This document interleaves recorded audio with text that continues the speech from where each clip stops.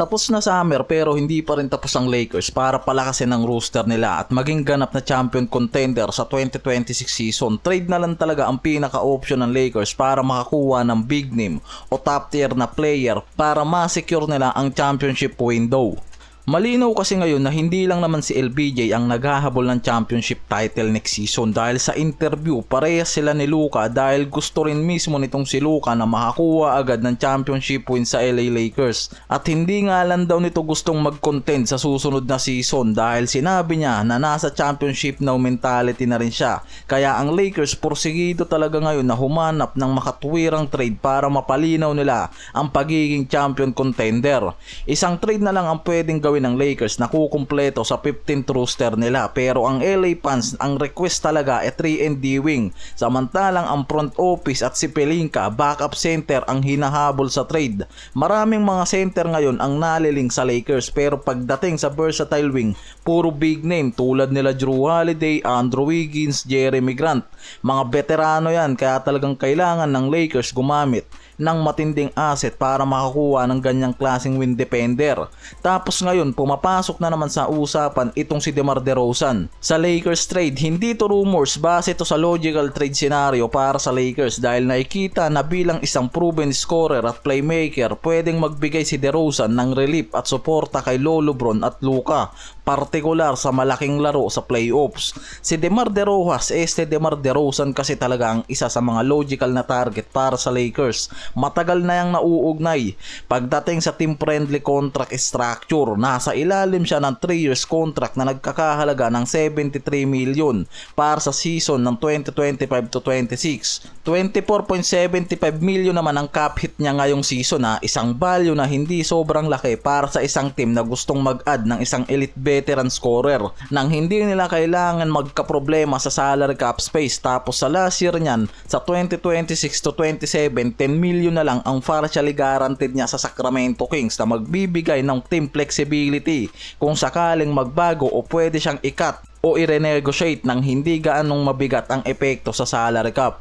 Sa ngayon kasi 36 na itong si DeRozan, limited na magbigay ng defense pero solid pa rin nga ang opensa na pwedeng mabalik sa Lakers lalo na sa duo ni Lolo Bron at Luka. Last season kasi nag-average yan sa Sacramento Kings ng 22.2 points, 3.9 rebounds and 4.4 assists na may 47% shooting sa loob ng 77 games. Pagkatapos ng trade ni De'Aaron Fox naman, mas tumaas yung scoring nitong si DeRozan na umabot sa 25.4 points per game at umabot na rin sa 25,000 career points ngayon yan.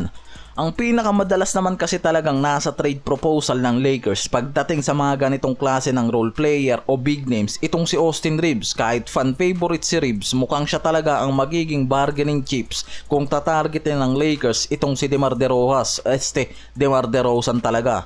Sa contract structure, si Reeves merong 54 million 4 years contract na. Magtatapos next summer. Si DeMar DeRozan merong 3 years 73.89 million na may 58.15 million na guaranteed sa unang taon niya pero may partial guarantee naman sa ikatlong taon na tinatayang 10 million lang. Abonado pa rin ang Lakers sa trade na to kaya kailangan nilang magsama ng fillers o draft capital para makuha sa Sacramento Kings itong si DeMar. Kung papayag ang Lakers na maglabas ng draft capital lalo ngayon na nakatutok rin yung mga to para sa future needs ni Luka Doncic. Sa averaging points per game, si Reeves last season merong 22.2 points per game. Career high average niya last season Samantalang si DeRozan merong 25 points at 34.3% na mid-range shot. Mas mataas naman talaga kumpara dito kay Austin Reeves at maaasahan yung pagiging leadership at veteran nitong si DeRozan. Si Austin Reeves perfect fit para nga sa pagiging third option player nito kay Luka at Lolo Bron kaya nakikita naman na kung sakaling yung mataas na averaging points nitong si DeRozan at pagiging leader ang mauugnay dito kay Luka at LeBron pwede nga raw na mas maging malaking impacto sa scoring depth nila kung mauugnay lang mga pare ko ito kay Lolo at kay Luka.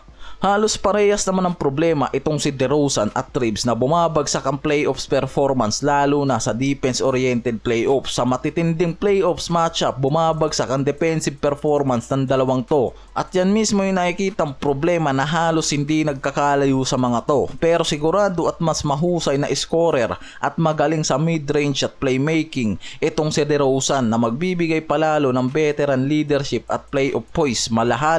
Mahalaga sa isang roster na puno nga raw ng veterano mula kay LBJ, kila Marcus Smart plus additional nitong si DeMar DeRozan talaga. Si Austin Reeves isang versatile guard na mahusay sa opensa, playmaker at shooting, especially 3-pointers mga pare ko, ginagawang reliable siya bilang third scoring option at isang mahalagang part ng Lakers score. Si DeMar DeRozan naman isang proven scorer na may consistent points output at efficiency, hindi ganun kahusay sa long range shooting gaya ni Reeves. Para sa Lakers ang option sa pagitan ng mga to ay nakadepende na lang sa kung anong hinahanap nilang pangangailangan na magsosolve sa problema nila sa pagiging champion contender next season, playmaker or shooting flexibility kay Reeves o scoring consistency at veteran presence para kay DeRozan, kaya hindi nagkakalayo at pwedeng maging match ang trade na to.